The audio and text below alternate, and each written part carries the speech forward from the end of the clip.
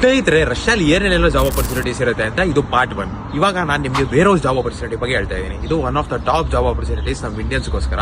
ನಮ್ಮ ಇಂಡಿಯನ್ಸ್ ಎಲ್ಲ ಇದನ್ನೇ ಚೂಸ್ ಮಾಡ್ತಾ ಇದ್ದಾರೆ. ಯಾಕಂದ್ರೆ ವೇರ್ ಹೌಸ್ ಅಲ್ಲಿ ಜಾಬ್ ರೋಲ್ ಏನೇನಿರುತ್ತೆ ಗೊತ್ತಾ ನಿಮಗೆ? ಪ್ಯಾಕಿಂಗು, ಅರೇಂಜ್ಮೆಂಟು, ಲೋಡಿಂಗು ಮತ್ತೆ ಅನ್ಲೋಡಿಂಗು ಮತ್ತೆ ಸ್ಕ್ಯಾನಿಂಗು, ಅರೇಂಜ್ಮೆಂಟು, ಈ ತರದ ಜಾಬ್ ರೋಲ್ ಇರುತ್ತೆ ವೇರ್ ಹೌಸ್ ಅಲ್ಲಿ.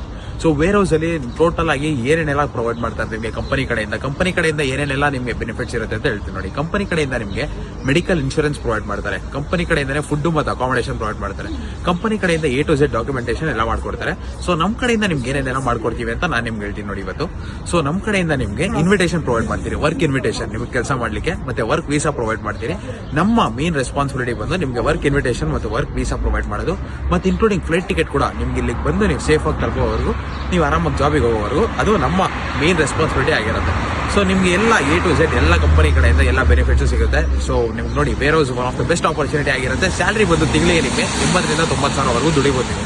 ಇದು ಮ್ಯಾಕ್ಸ್ ಸ್ಯಾಲರಿ ಆಗಿರುತ್ತೆ. ಇನ್ನೂ ನೀವು ತುಂಬಾ ದುಡಿಬಹುದು. ತುಂಬಾ ಆಪರ್ಚುನಿಟೀಸ್ ರಷ್ಯಲ್ಲಿ ಇರುತ್ತೆ. ನೀವು ಇಲ್ಲಿಗೆ ಬಂದು ಲ್ಯಾಂಗ್ವೇಜ್ ಕಲ್ತ್ಕೊಂಡು ತುಂಬಾ ವೈಡ್ ರೇಂಜ್ ಆಫ್ ಆಪರ್ಚುನಿಟೀಸ್ ಇರುತ್ತೆ. ಸೊ ಈಗಲೇ ಕೆಳಕೊಟ್ಟಿರೋ ನಂಬರ್ಗೆ ಡೈರೆಕ್ಟ್ ಆಗಿ ಕಾಲ್ ಮಾಡಿ. ನಾವು ಎಷ್ಟೋ ವಿಡಿಯೋಸ್ ಅಲ್ಲಿ ಎಷ್ಟಾಗುತ್ತೆ ಏನಂತ ಮೆನ್ಷನ್ ಮಾಡಿದ್ದೀರಿ, ಎಷ್ಟು ಬ್ರಾಚರ್ ಅಲ್ಲಿ ಏನೇನಾಗುತ್ತೆ, ಏನೇನೆಲ್ಲ ಮೆನ್ಷನ್ ಮಾಡಿದ್ದೀರಿ. ಸೊ ಇನ್ನೊಂದು ಪಾರ್ಟ್ 2 ಅಲ್ಲಿ ನೆಕ್ಸ್ಟ್ ವಿಡಿಯೋ ಸಿಗೋಣ.